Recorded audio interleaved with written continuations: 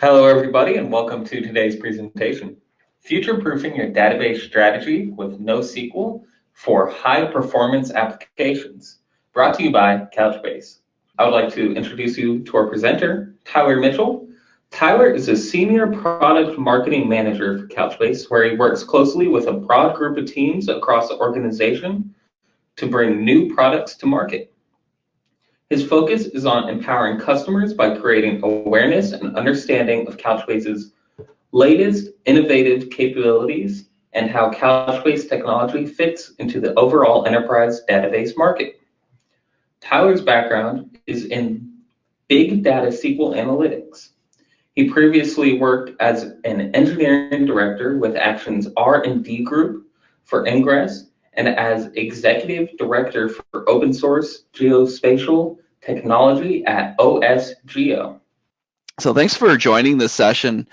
I hope that you've come with your own questions and your own challenges in the back of your mind around what keeps you up at night about the future. And I know for me, thinking ahead about the database strategy that our customers, or even on projects I've worked on in the past, those database strategies quickly get stale over time. And hopefully I can touch on a few items today that encourage you that there are opportunities to think far, far ahead and make sure that you're architected for success. And I'll come back to that concept shortly. But first, these are the general layout for our talk today. I'm not going to be just talking about Couchbase. I'm going to talk a bit about generalities around how to architect for success and address some of those future challenges. And you know what, really, we know what the future holds in many respects. We don't know exactly how it's going to impact your business, but we know what it holds and we know how to plan ahead for that. We'll talk a little bit about some of the customer challenges that our customers have had with other competitors' products, and we'll go through a case study, and I'll give you some resource links afterwards so you can follow up and have further action after the webinar is over. And I'll share these slides as well because there's links throughout them that you can click off to go to read the resources yourself. But to begin with, I'd like to just lay a little bit of a foundational perspective on what we're really talking about here. We could just talk about databases and how databases are different and the different features of databases, but instead I'd rather talk about it more from a concept of digital transformation. Every company is dealing with trying to meet the stringent requirements of the new digital experience that customers demand. So everyone's expecting responsive, personalized experiences, and this goes without saying. If you can't provide those kinds of experiences, then you are going to be left behind. And when we talk about the commodification of databases and ways to access data are prevalent, there's a lot of options these days. If you don't have support for these really exceptional digital experiences, you're going to have a problem with your customer base. So I won't go into that too much. This isn't a business seminar, but we'll talk more about the architecture that's required to support this. And then that architecture itself actually has to support a demanding, dynamic, and oftentimes unpredictable workloads. We can all think of probably of projects, and I've got specific customers in mind that have thought, oh, I'm going to grab a few nodes of a database and I'm going to set up my new startup company or my new product or my new app. And sure enough, 24 hours later, a few days later, after launch, they need dozens and dozens of higher capacity servers, or they need 10 times the amount of bandwidth to be processed, etc. These are unpredictable workloads, and they're very demanding, and you don't know when the customers are always going to come, but when they come, you need to be ready, and they expect you to be ready. And application developers really know this already, that they have to support these kinds of experiences. Database owners, I would suggest, are still catching up a little bit to be able to find the way to deliver that experience or that tool set to the developers so they can actually deliver it. But the two, both database owners and application developers, have to work together to reduce these kinds of bottlenecks. I thought I would take just 1 minute to talk about why digital transformation projects fail. Legacy databases, for all intents and purposes, have proven to really be inflexible. They end up being costly and are unable to deliver the richer experiences that a lot of today's consumers demand. So we end up kind of patching things together. We end up saying, okay, our transactional database can't handle the analytic workload, so we'll have another analytic database. And this proliferation of databases makes it very hard for transformation projects to succeed, because all the effort is kind of diffused across the IT infrastructure. Many companies have tried to add new functionality through what we call point solutions here, adding on capabilities outside of the database that are required, or exporting data into a different platform just to provide certain kinds of services, while also maintaining your transactional analytical databases.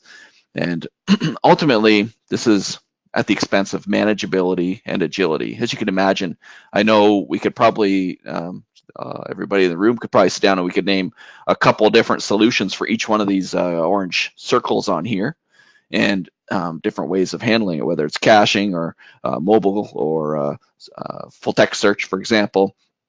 This gets to be a very complex ecosystem of products to maintain just to meet the requirements of specific point solutions. So ultimately, your customer's experience will fail or will suffer, because this is really hard to manage and makes things less agile. So we, a while back, we coined the phrase engagement database. I won't spend a lot of time talking about it here, but basically the idea of an integrated data platform that specifically focuses on managing the complexity for you behind the scenes, so that you can deliver all those point solutions that you need. Now, we see it as a different kind of database. It's not just an analytical database or a transactional database, although it does handle those kinds of workloads. And just kind of my final point on the digital transformation concepts. These are now the base requirements of modern database platforms. When I first started in databases decades ago, we didn't really talk a lot about being built for change at scale.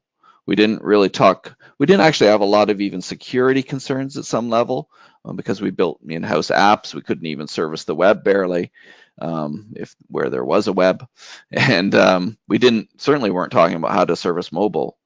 So, and what was cloud back then? Nothing.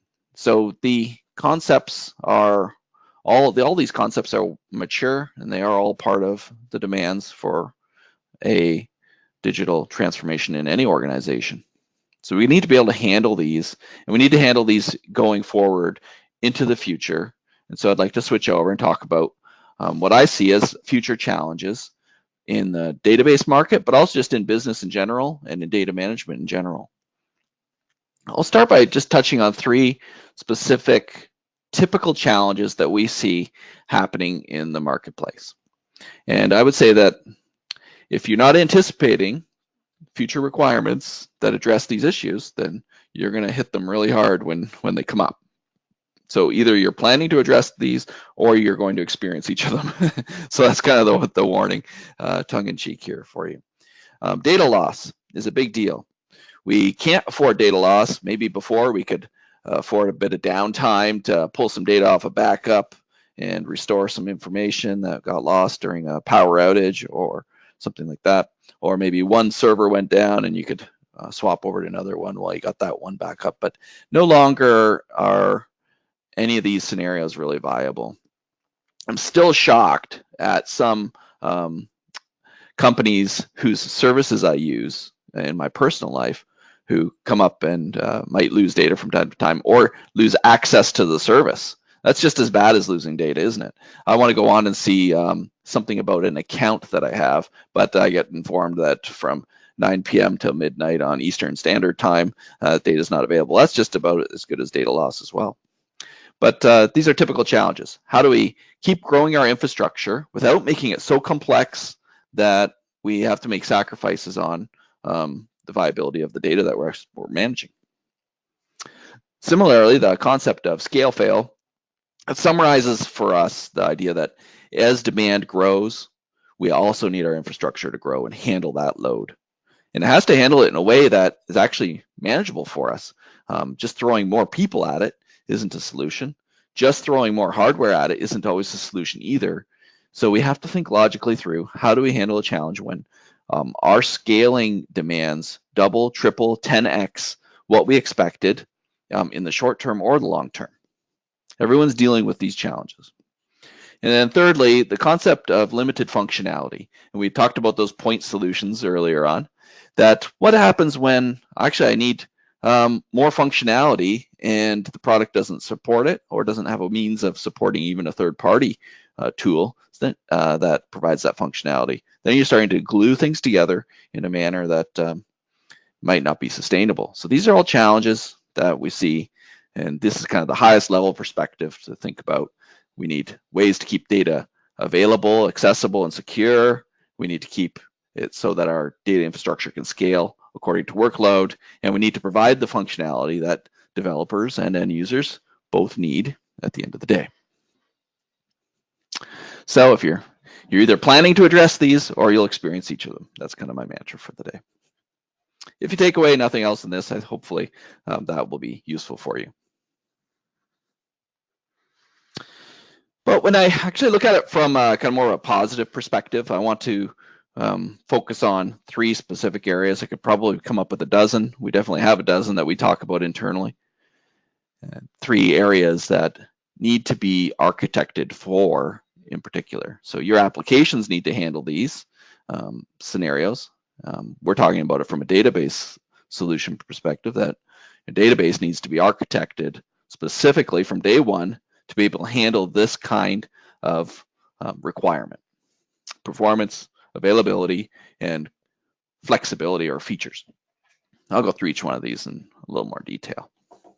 And then later I'll actually contrast this with COUCHBASE in particular and MongoDB in general, and just think that these are actually the foundational principles that we use in architecting COUCHBASE as well. But I'll try not to go off on that tangent too much. Everybody understands the concept of performance, but until you get into talking about clustered technologies and NoSQL technologies and things, you don't necessarily really understand the concept of how cluster size needs to be able to grow and scale depending on the number of users or the increased volume of data. And I'll throw a few points in here. I meant to press. One of the areas that we talk a lot about performance, and many users who aren't even NoSQL database users will hit, is the concept of caching.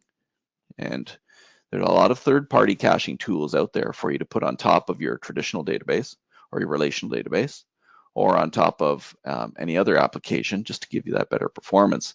But we believe really to be able to provide as an integrated caching layer into your product is foundational to being able to scale and handle performance demands that are going to come up in the future. If you are relying on a third-party cache, then obviously you have more manageability issues, and that will potentially impact your performance. You want to keep that caching layer as close to the data as possible, preferably built into the same product. You want to have intelligent document lookup. We're talking specifically about NoSQL databases here today, but we don't often think about, once you start to have a clustered solution, you want your applications to be able to find the data that it needs as rapidly as possible. If it has to go look up in some other lookup table somewhere else to find where the data they need is, then that's another latency issue that you'll end up impacting your solution. Again, you can see how this needs to be architected from day one into the system to be able to handle this kind of requirements.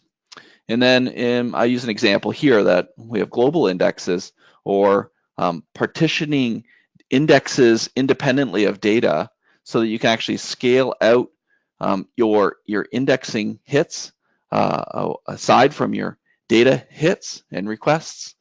We need to be able to segregate those workloads to be able to perform. I'll come back to that topic a little bit later as well, because it's an important one. But with these 3, and there could be a dozen here as well, 3 concepts alone can help minimize that latency to make sure that your queries and document lookups are done in a timely manner.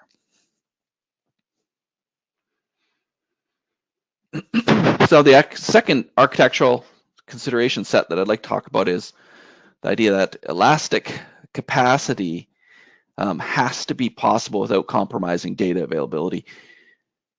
We call this high availability.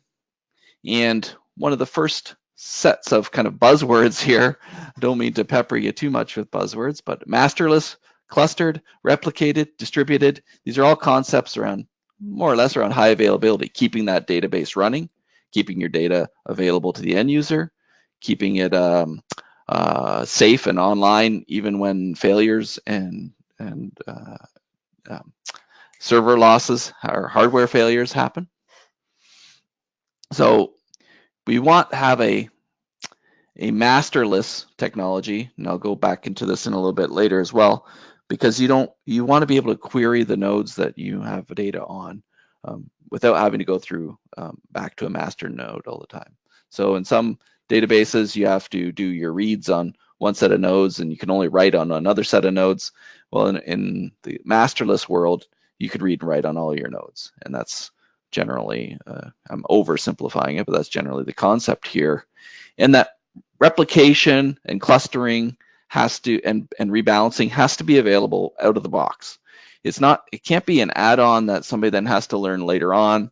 It should be easy to use and helps make your data your data solution even stronger and more manageable. If it's not available out of the box and you need either a third-party solution or some more complex architecture to handle it, it becomes a barrier, an architecturally designed barrier to keeping your data and your applications highly available.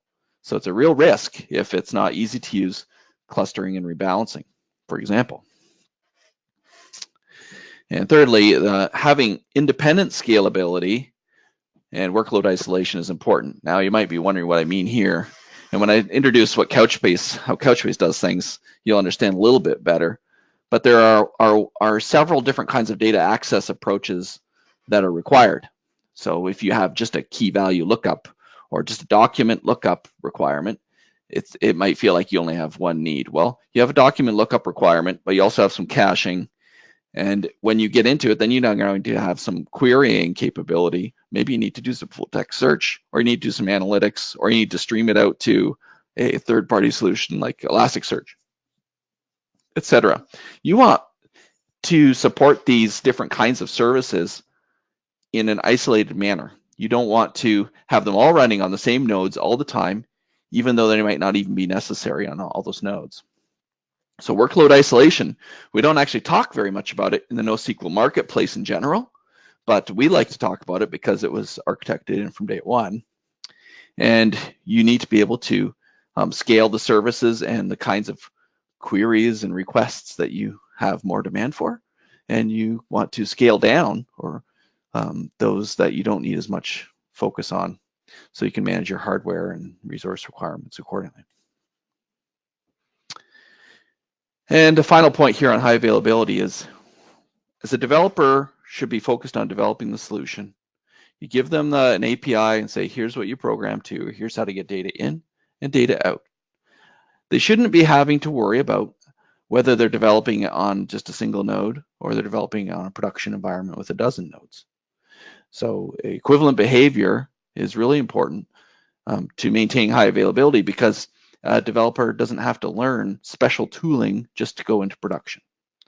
Equivalent behavior, meaning specifically that when they scale up from doing a test on their laptop or developing on their laptop to a test environment with 3 nodes or a production environment with 15 nodes, it should be the same experience for the developer and just increases the availability for the end user.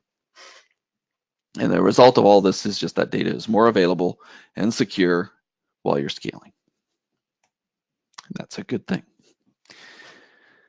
So our third architectural consideration set here is that we need to consider looking forward that there are multiple different ways of accessing data that our users will have and that developers will have. So that presupposes that we'll have a unified API for both managing the database and managing the services of that database and accessing the data in that database. We like to also focus on, because we're talking about querying NoSQL data, we'll assume that you're not just talking about caching and document lookups, but that there are ways that we can ease adoption in querying NoSQL environments. And SQL-like or SQL-based querying, in our case, we talk about it as SQL++ standard for enabling SQL capabilities on top of JSON data. That incredibly eases the adoption of the tool set and makes it flexible for developers, business analysts, et cetera, who already know SQL, who can come in and start to use the product. So we come at that from more of a flexibility angle, that there's going to be multiple ways and multiple types of end users for these products, not just developers, but other users as well, and it eases the adoption. And like I've kind of mentioned before, I got ahead of myself, there will be multiple different ways that people want to access the data or different approaches. So you think of it, for example, doing a tokenized based text search is different than doing a key value lookup where you just have a document ID that you're sending into the service to get data back, or a subquery of a document in a query language, for example, or you want to do some ad hoc analytics, maybe across larger data sets to get some historical perspectives. All of these are different data access patterns, but you need to be flexible enough to be able to handle those. And again, you want them to be running as close to source as possible, isolated from each other where needed, and scalable independently of each other. And finally, the topic of the day these days is cloud, and containers. We talk a lot about those, but you still need to make sure that we have flexible deployment options in our NoSQL database solutions. You actually, on any database solution, need to be able to install it and manage it on premises, using containers in the cloud or on premises, in your own data center or in the cloud. All of these options are extremely important for the enterprises we work with to make sure that the solution is viable in the long term.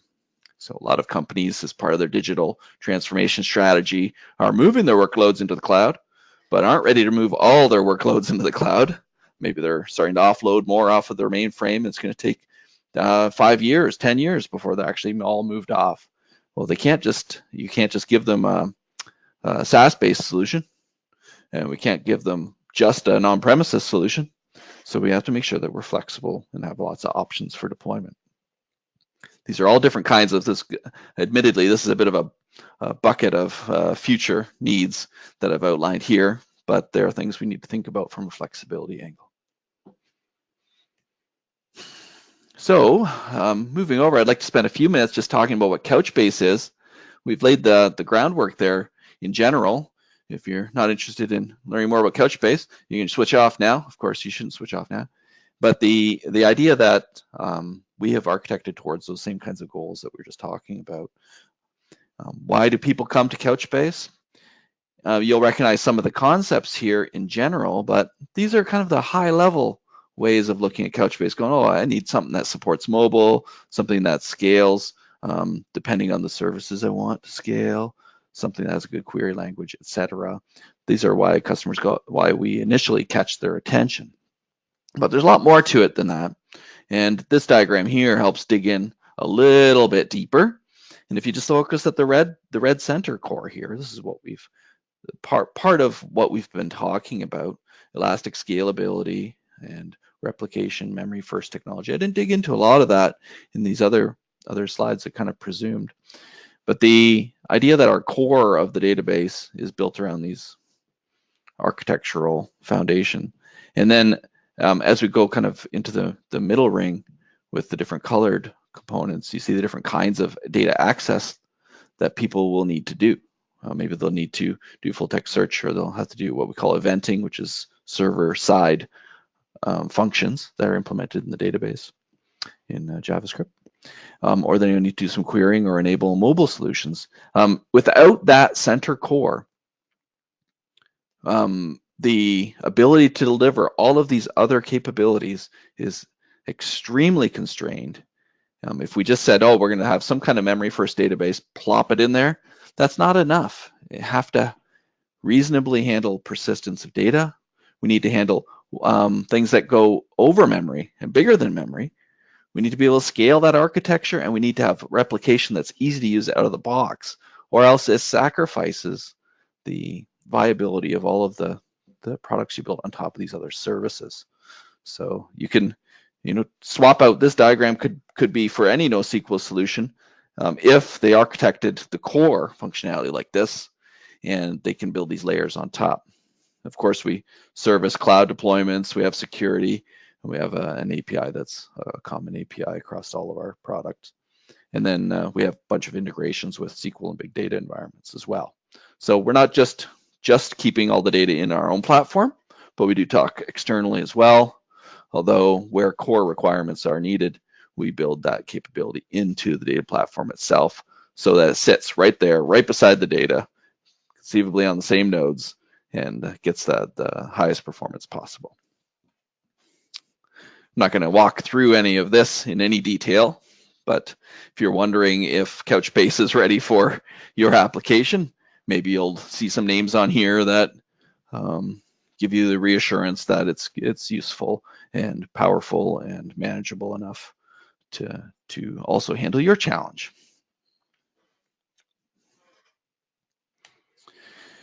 Now, those are the customers that come to us, but what are some of the other reasons they come to using COUCHBASE? And one of the reasons is that they really need to take advantage of the JSON schema. So I'm kind of diving a little bit into the different kinds of features of COUCHBASE. Try to come at them from a customer point of view so you can get a feel for how it applies to you. With JSON, you have the option to represent data quite differently than you do in a relational database. So we could take, say, this multiple tables. We could map that into a single JSON document. Easy enough. We can also then query that data now that it's in a JSON document in the database.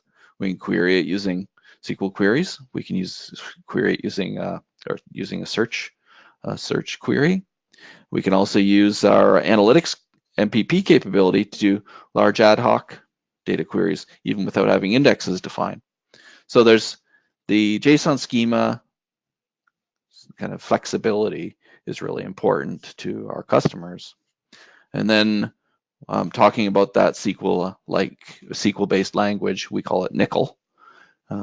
And you can do the same kinds of queries that you're used to seeing in other database environments. So you don't have to learn a new proprietary language or anything like that for interacting with it. And we actually have even simpler examples I should add in here as well, showing how joins are now, ANSI joins are now supported in NCL as well. So you can do key-based joins between documents, or you can do where clause joins through where clause, or inner and outer joins through the join clauses. So there's a bunch of different capabilities built in here that make it possible for people to query and use SQL++ environment and SQL++, sorry, I don't touch on it much in this presentation, but it's an evolving standard for SQL queries on JSON data, and we have the first commercial implementation of SQL++ through our NCL for analytics capability. But then our customers are also using full text search capabilities, whether it's on mobile or whether it's on the server, through a website or through a device that might even be offline. We support full text search across the platform. I thought too, I would like to just show you a couple quick reference architectures that are common in our user base, so you can get a feel for maybe where COUCHBASE would fit into your architecture. So here's a basic caching example. You've got a relational database in the bottom right. You build when there's a caching miss, it has to hit the database. Well, when you have COUCHBASE on there, COUCHBASE can handle the data. COUCHBASE can handle the caching. COUCHBASE can allow you to read and write on the different nodes where the data actually sits, and you can simplify your environment greatly just by moving from having a database with a caching database to having a database that incorporates caching into its core. Geographic replication is a big deal. We know replication within a cluster is important for data security. Having copies of data sharded across your cluster is incredibly important. or replicate across your cluster is important. But it's increasingly important that you have your database replicated into different geographical areas or different availability zones, etc. So we have what's called cross data center replication, and you can install Couchbase on 2 different clusters, different parts of the world, have them synchronizing to each other. Do your updates for users in one area can go to one cluster, and web applications running on top of another cluster in another part of the world go to that cluster, and they remain synchronized. So this is there's a multiple different kinds of topologies that can be built here, not just this single one here, but it's bi-directional, and you have some really powerful capabilities there. So that's maybe one way that people want to get into using Couchbase. And the third, and there's only 4. I'm sorry for the scribbles on there. It looks like the arrow's kind of messed up for some reason on the slide. But the idea that Couchbase can service applications, that's primarily what it does, but it can also plug in the back end to ingesting data from other data sources that come through Kafka or Spark, for example. So we have Spark and Kafka connectors. We can be pulling data in or out of Hadoop into Couchbase. And then obviously in those other environments, so say you want to do machine learning, you can do some machine learning in Spark, save the data back into Couchbase, read it from Couchbase, process it, put it back in Couchbase. Similarly with Kafka, we have an event bus plug-in with Kafka, so when changes happen, they can be pushed out through a topic in Kafka. Similarly, they can be read back in. You could mix and match, you could write your own Kafka functions to do some data manipulation and have it streaming straight out in another topic back into another Couchbase database. So there's the aggregating capability is a common use case as well. And finally, we've got our mobile apps on the bottom of the screen here. No matter what kind of device it is, we have a synchronization gateway called Couchbase Sync Gateway that supports our mobile apps. So it's a middle tier between the Couchbase server and the mobile apps, and it can plug into other applications. You can write applications against that sync gateway, but you can also write applications directly against Couchbase server, obviously, and on your mobile devices. And I suggest if you want to learn more about our mobile architecture that you look up our previous webinar on mobile architecture, and you'll get into more of the details on it. But the flexibility here is that you can have, not everything is just an application server hitting the Couchbase server, but can hit these gateways and provide a different capability that you didn't have before. So I'd like to touch on a couple of the challenges that we've had with customers have had with MongoDB.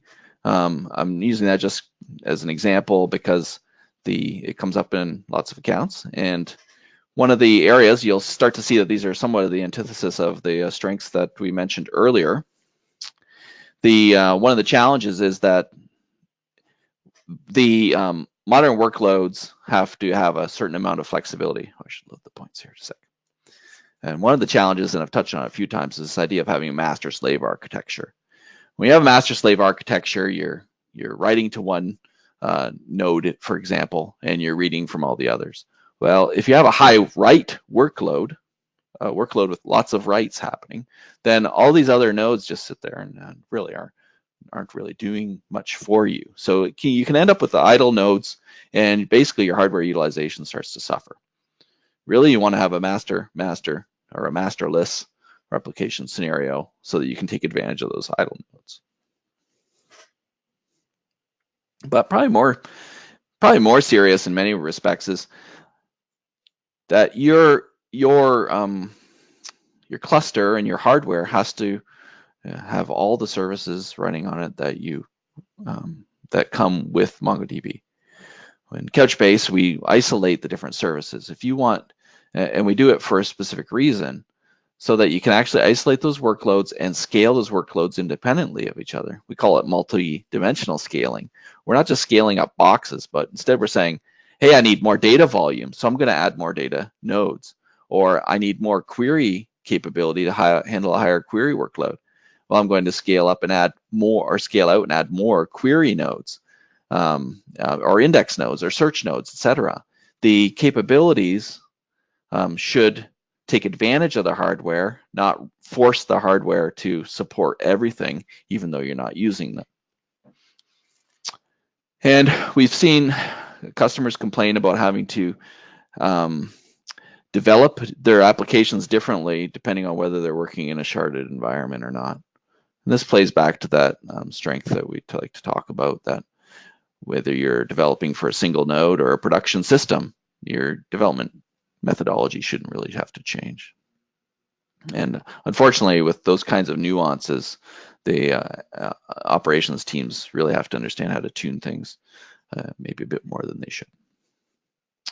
Oh, and I've already kind of touched on this topic, and I just threw this in as a bit of an aside to say, on the right-hand side, there's COUCHBASE, and the way that we work is you can have the distributed replication across multiple geographies, and you can read and write to each of those. Your local users can write to the local data center, and it'll still be synchronized across the other data centers, for example. Whereas if you're using MongoDB, you have to write to a specific data center, and then you don't always have read access or write access to all the local data centers.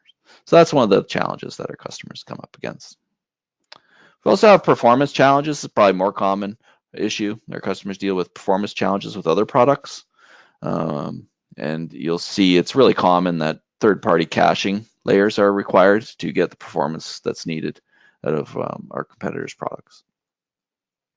And there's a variety of reasons why that is, from having to use scatter-gather approaches for some kinds of queries to having to route data requests from the applications through a couple more inefficient layers.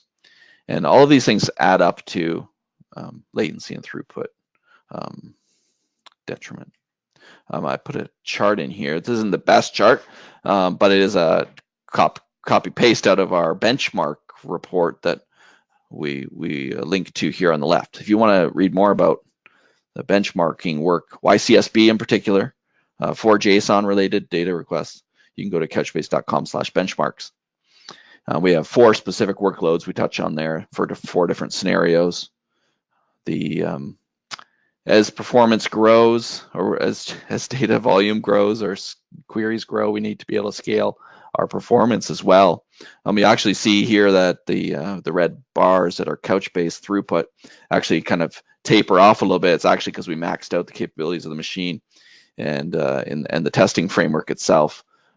But you want those to scale as we move up from 4 to 10 to 20 nodes. And then the dotted lines are latency, actually, so they go down, and you want those to stay down as you grow to a larger cluster size. So I encourage you to dig into the actual details, right down to what queries were done, and I think there might even be some code in there that you can download as well. But performance is a big deal, and we have a third-party report from Altaros doing that benchmarking that we refer to. Finally, and this is actually the one closest to my heart, is that you don't want your features that you're developing for to be limited depending on how they are deployed. When you have the latest, greatest features added to Mongo, often require Stitch or use Stitch, and there's some fantastic stuff that they've announced through the Stitch platform, including mobile sync. But these all require the Atlas platform. It requires you to use their platform as a service. So you won't be building this on-prem. You won't just be rolling your own container with Stitch in it or scaling out your Stitch onto multiple nodes. It's just not possible, and it's too bad. And like I mentioned before, start getting into sharding. You actually have limited functionality, and you have to kind of develop around those gaps. And then just more of a general comment here that some of the capabilities are not kind of built in as core features that are easy to get access to or use, or to, in the case of, say, full text search, you can't just scale up your full text search capabilities. Again, you're scaling up the whole system, and depending on how these are deployed, it will really affect the performance you have. And then the other downside around features is just that they have a proprietary language. Some people love it, but for those that are new to NoSQL, it's an impediment. So I just wanted to reference 2 items here. One is a NoSQL performance benchmark done by Altaros, where they compared Couchbase, MongoDB, and DataStax Enterprise. These are the version numbers are mentioned on the report, so you can have a look. We just released that last fall. And then this one actually gets into like really detailed performance stuff, and it's a 40+ page report digging into their testing procedures as well as what kind of queries they used and the overall results. And then this other report, the NoSQL technical comparison report, it's not a it's not a performance benchmark, but it compares a bunch of different attributes, different kinds of criteria here between the different products. Now, admittedly, these are slightly old versions of products, and we're working on an update to this report coming soon. So this is, again, available on our website. I encourage you to check it out. I'll include a link here on the final slide in my slide deck. I want to take just a brief minute. I've talked about how looking forward to the future is important. I've touched on some of the capabilities that you need to plan for, and some of the capabilities of the systems that you need to, or the kinds of capabilities you need to expect and demand from a system. Well, here's a customer case study I just walked through with you to show you how they ran up against these issues in real time, kind of as they're trying to deliver it, and how it had an impact on the delivery of their solution. So this is a office supply retailer, $22 billion company, thousands of stores. They originally were a brick and mortar company and transitioned to becoming an e-commerce leader.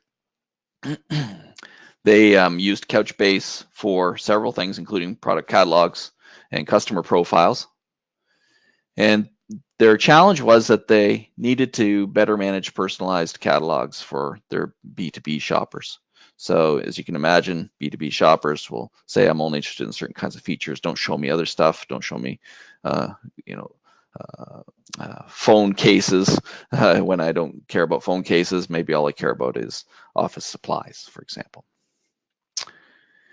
They had a challenge where they weren't able to scale their MongoDB and DB2 instances affordably, and basically slowed down, actually led to canceling some of their transformation projects. And this is a big deal, and this is a common story where the technology teams get kind of hamstrung by the choices they make, and it affects their ability to keep going with their projects. And we hate to see those. We like to help early on so you can evaluate our product to see if it's a good fit for you, so that you can move forward with it. Ultimately, by moving to COUCHBASE, they were able to continue and actually enhance their user experience and not experience those negative points that they had with other products. I can just talk in general. I won't go through these details. I see we're getting short on time, so I want to make sure that there's time for questions at the end here. But they had certain amount of rules in the rule engine that had to be applied, and it was quite a bit. And these rules needed to be customized for their users. If you look at it from a relational database standpoint, they were ETLing a lot of data in and out. They had to create lots of indexes to make performance better, and the kind of monolithic architecture didn't help. So they had moving data around a lot just so they can get it onto a website, just so a user can finally look at it. That was kind of their relational database challenge. And then Mongo was reviewed and used, but then they found that it would require too many nodes for them. Again, you start talking about workload isolation. You want to focus on just getting the nodes you need for the kinds of service you need. We don't want to be selling you nodes to run full text search if you're never going to use full text search, for example. I should make an aside that our pricing model is not based on what services you use. It is based on nodes, but node count. But you don't want to be buying more machines just to be able to keep all the services running even though you're not using them.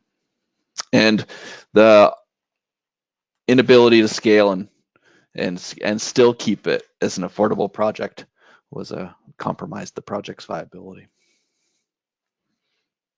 This is a bit of a laundry list of why they ended up choosing COUCHBASE. I won't go through all of these, but it's the same things we've been talking about. Being able to horizontally scale and have automatic sharding of your solution, having querying capabilities, having cross data center replication, et cetera, all built in from day one. So just kind of coming back to the initial points here, here's why some customers are choosing COUCHBASE for these kinds of features. but we wouldn't have those kinds of features for them to talk about if we didn't develop it in the core of our product, and to be able to service these other experiences around our product. So that's in a nutshell. Hopefully you found that useful in terms of the 3 areas that we encourage you to demand in the architecture for your next solution. And hopefully your system is targeting these kind of potential areas for problems going forward from day one. You can send me questions at this email address. I'll take questions here. I don't see any in the question list myself, but I'm not sure if I have access to that question list. So I'll let Tanya pull some up, and then I'll leave the slide open so people can reference this as well. These are links. Sorry, you can't click on these right now, but you can go to and you can search for these kinds of assets that we have on our website or elsewhere. I encourage you to try out the training and to read our white papers to dig deeper, depending on what stage you're at. So that's it for the presentation. Tanya, you want to go over some questions? Yeah, so we have a few in here. The first one we have is, how is the cost read/write performance in analytical queries when compared to Cassandra/MongoDB? The actual analytical queries, so for those that aren't aware, we have specifically two different kinds of querying services. One is our basic query service that uses global secondary indexes. That's one capability. And then we have our nickel for analytics capability, which is more for ad hoc queries. We have not benchmarked our analytics queries against the competition at this point, and we are doing more on that NoSQL technology comparison report. We're actually adding our analytics capabilities in there, so you can see a little more comparison with Cassandra in particular, since that's what the question was about, so you can see how they compare to one another. And it will boil down to how the architecture is handled.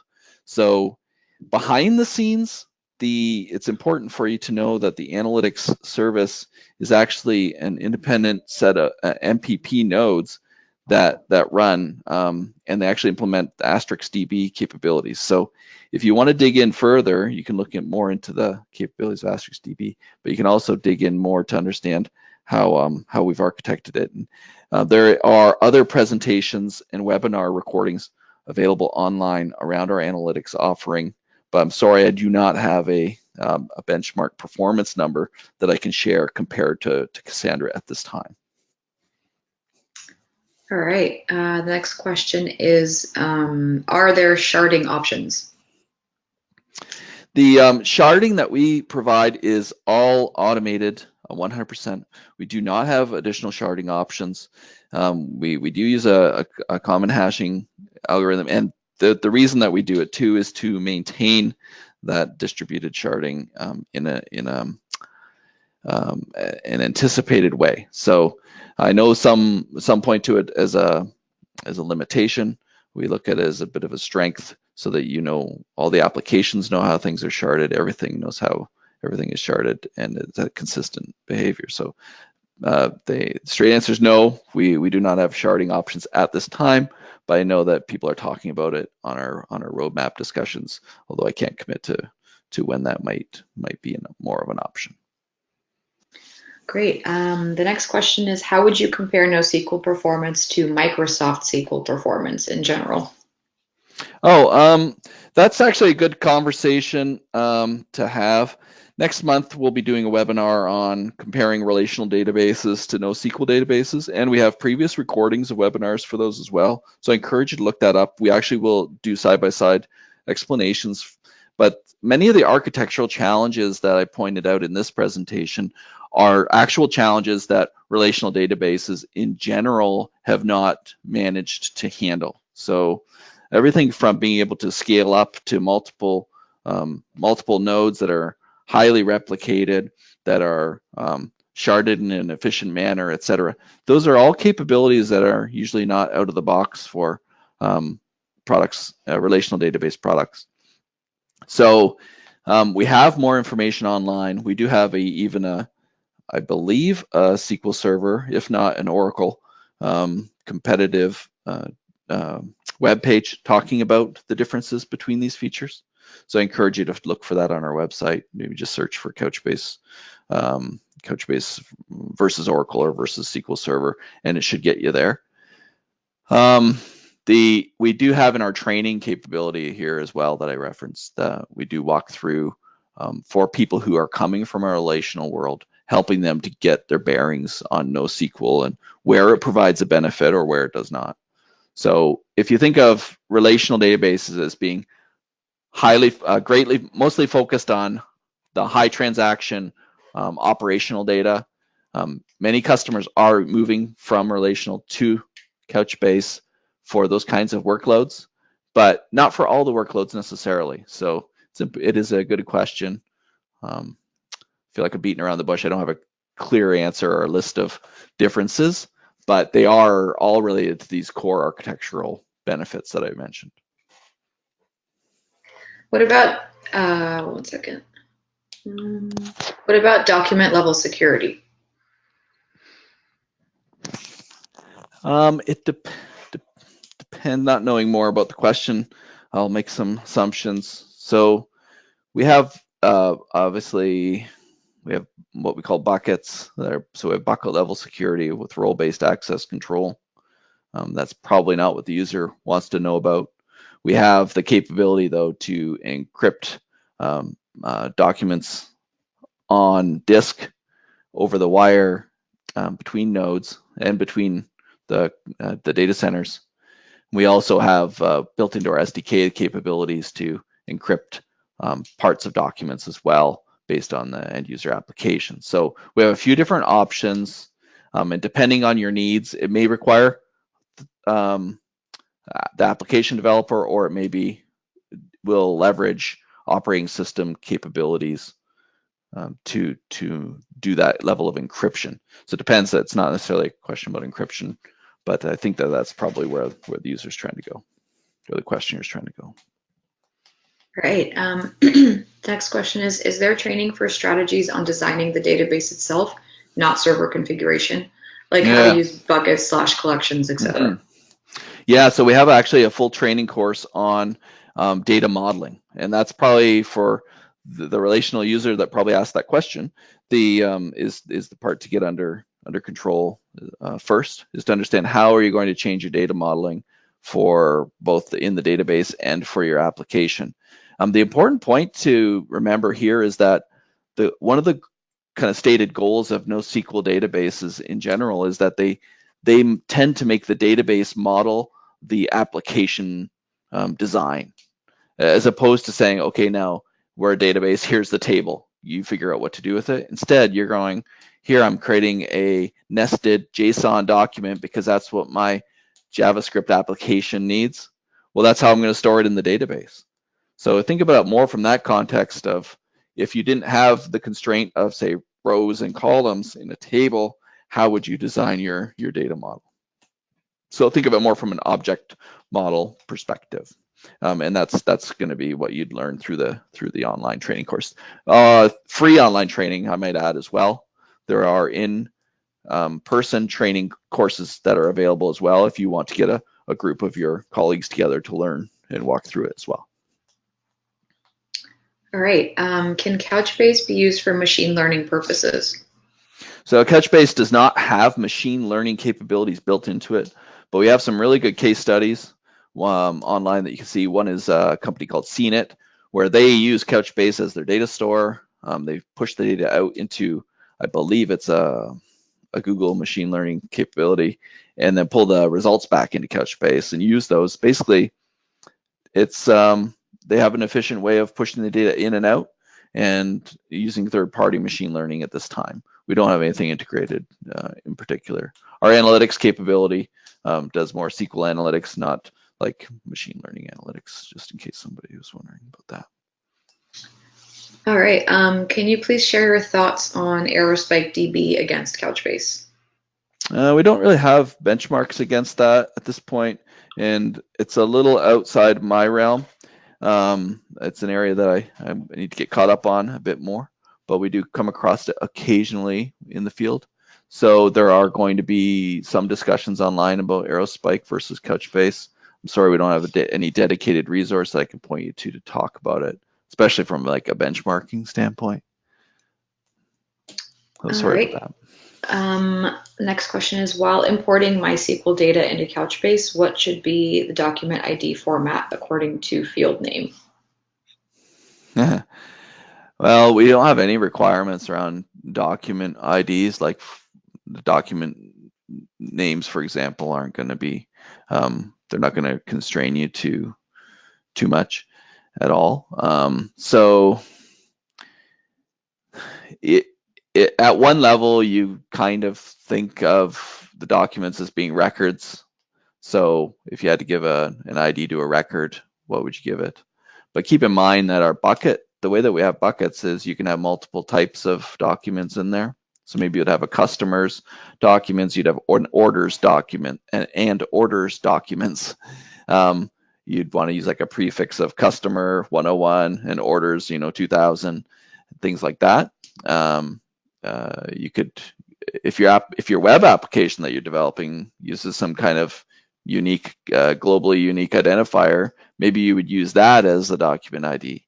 But in any case, the idea of, say, in a relational sense, where you might have one table that's all the customers, you think of exploding that into multiple documents, and then maybe you would have a field in the JSON documents that says what type of document it is. This is a customer document, or this is an order document. And then when you start to build your queries later on, you can query based on that and actually kind of aggregate all those documents back together, just like you would maybe have done before. So it's kind of like turning things inside out, but there aren't many hard and fast rules around the document IDs. Have a look in our documentation, though. We do cover document ID recommendations, I think, there, and any limitations there might be. Awesome. I think we have time for one more question here. Okay, sounds good. Building functionality into one data platform isn't always possible. So how does CouchBase integrate with other products without compromising performance? The one area I didn't talk about in detail, and this is more of an architectural discussion, is that our core data capability, and if you look at our lineage, it's kind of our core kind of caching capability, or our data storage, and then our data storage capability.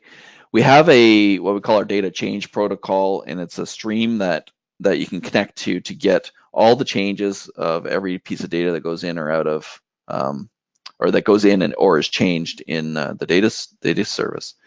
We don't normally talk about these as different services, so forgive me, we'll talk about it in this context though. So for example, maybe we have an index created to index documents on certain fields.